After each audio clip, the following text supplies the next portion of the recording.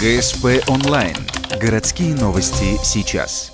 Состояние подростков, пострадавших на Ижемской трассе, изменилось. Напомним, после страшной аварии с 5 жертвами 2 15-летних девочек госпитализировали в Ухтинскую горбольницу. До сих пор подростки в стационаре. Одну из них с переломами бедер прооперировали 20 марта, вторая впала в глубокую кому.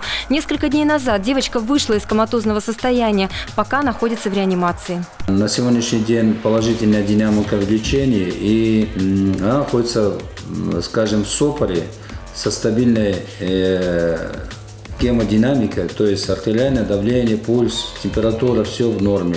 Девочка на самостоятельном дыхании. Сознание пока затуманено, но рефлексы сохранены. Врачи отмечают резкую заторможенность. Принято решение перевести больную в общую палату травматологического отделения. Вторая пострадавшая уже готовится к выписке. Буквально через пару дней ее отправят на амбулаторное долечивание.